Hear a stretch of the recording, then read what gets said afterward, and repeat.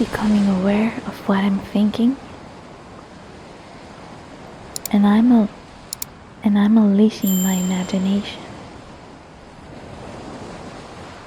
I realize that this allows me to steer my goals in the right direction. I never lose sight of who I've decided to be. I can move in the direction I want. I stay focused, and I know I will not fail. The first step to change my life is to change my past. I realize that everything I have, everything I see, and everything I am was imagined before. Where I'm sitting, my clothes, my bed, my car. Therefore, I know that my imagination creates my reality. This is my truth, and I accept it as such. Causality exists, and I know that the mental states I am in are the cause, and the effects my mental states produce are the material world.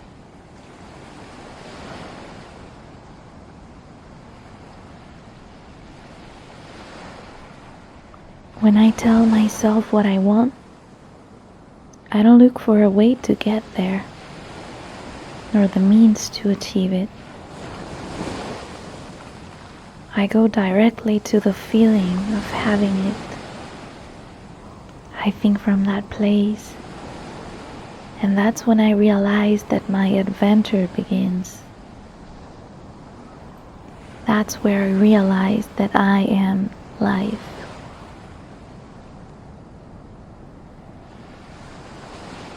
I know that I can think anything, but I realize that if my senses don't act and don't give way to a feeling, I fully trust that they will just be bubbles that rise and disappear instantly. However, if I persist in thinking and imagining, and the feeling is created, I will create my reality. No one can stop me if I can think from the end. Nothing can stop me. I create the means, and I make my own path. I make my own path.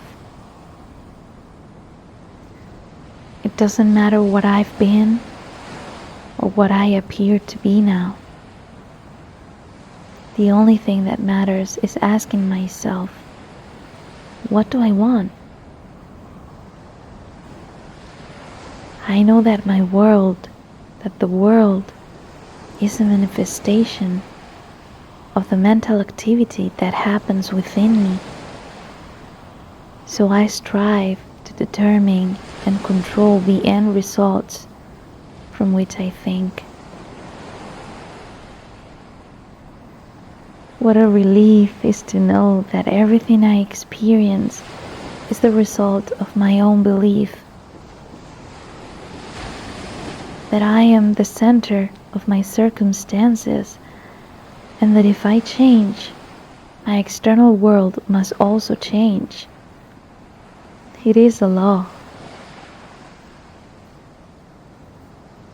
I know that the internal world of my imagination is the force by which I manifest my external world, the world of the senses, the world of appearance. I see the external world and all its events as projections of my internal world, of the internal world of my imagination.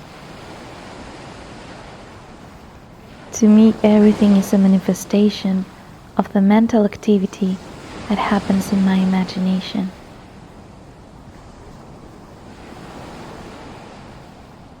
Now I decide what I want, and I ask myself, how would I feel and what it would be like if it were already true. I have already assumed my desire, and the people who know me and see me will perceive the change.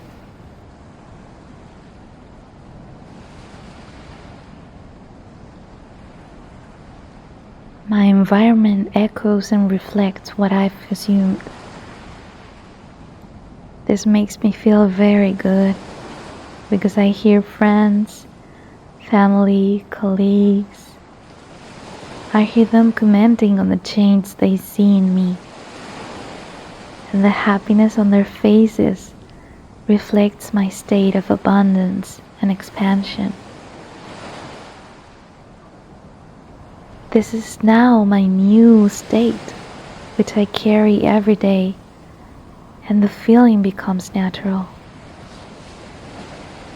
It's already done, and my desire has become my external world. I'm grateful to know that I am the one who truly changes all my life.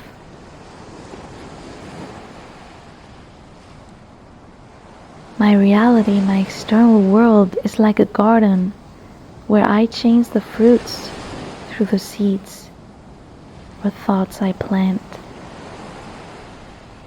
I accept myself, and I know that the natural effect stems from a spiritual self-concept. I have fun playing with the feeling of my desire as if it were already real.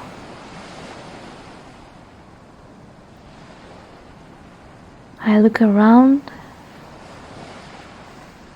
and I try to remember a time when there was nothing to support my belief in the present.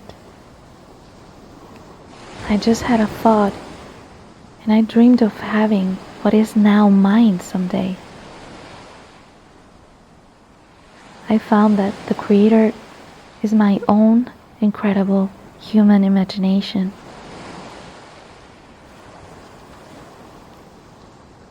I don't believe in anything as the cause except for my consciousness of being and my imagination.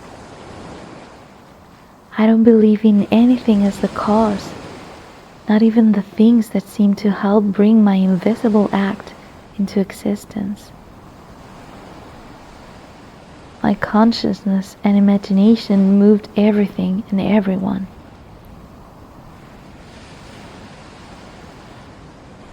I am one with the one mind. I am one with the mind of everything and everyone. If I turn and believe that something external is the cause of my good or bad fortune, I am denying the truth about who I am, and I'm worshipping the created thing rather than the Creator that I am and that is I am. Instead, I relate my external world to my inner imaginative activity.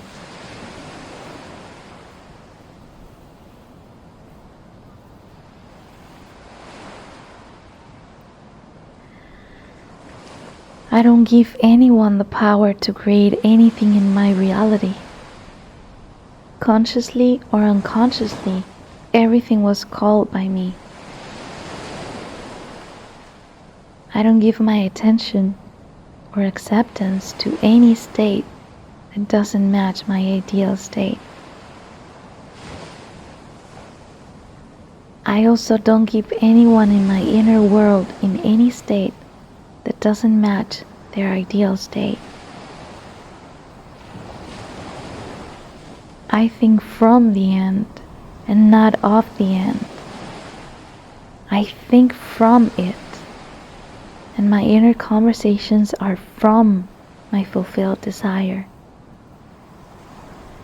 Inside me, I have the mental conversations I would have if my desire were a reality right now. That's how I bring it into my existence. I take my time to manifest my desires. And once I have them clearly defined, I move in my imagination to the end result. How do I know I have moved? I mentally look at my world and I see the change within it. When I imagine seeing the world as I desired it to be, and I'm inspired by this truth, I don't care what anyone else thinks. They think what I believe they think, and they act under my own assumptions about them and about the world. So it doesn't matter. None of that matters, because when I know what I want, I can make my desires so real and so natural that I reach a feeling of absolute certainty which no power in the world can stop.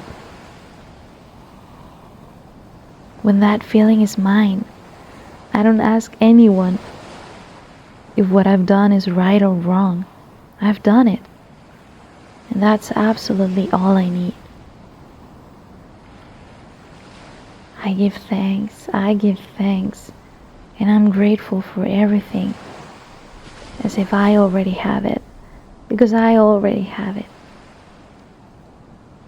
My desires are gifts that I accept simply by giving thanks. I give thanks for the invisible reality before observing it in my external world. And I continue to elevate to higher and deeper levels of consciousness. I give thanks for having experienced both good and bad. How else could I have the momentum for my expansion? I realize that I am, and the power within me has ways that I, as human, I don't know, and I don't need to know. I simply surrender to my desires of my heart, and I let everything be done, feeling happy and complete, because everything has already been done.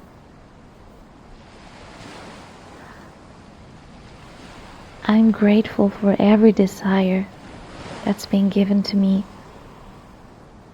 because they already exist, and they are ready to manifest in my world. I'm not asked to do anything to help them come to fruition.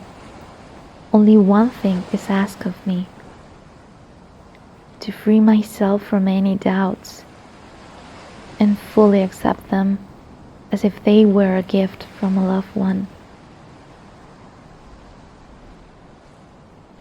So today I give myself the freedom to choose and to put myself in the state that I desire.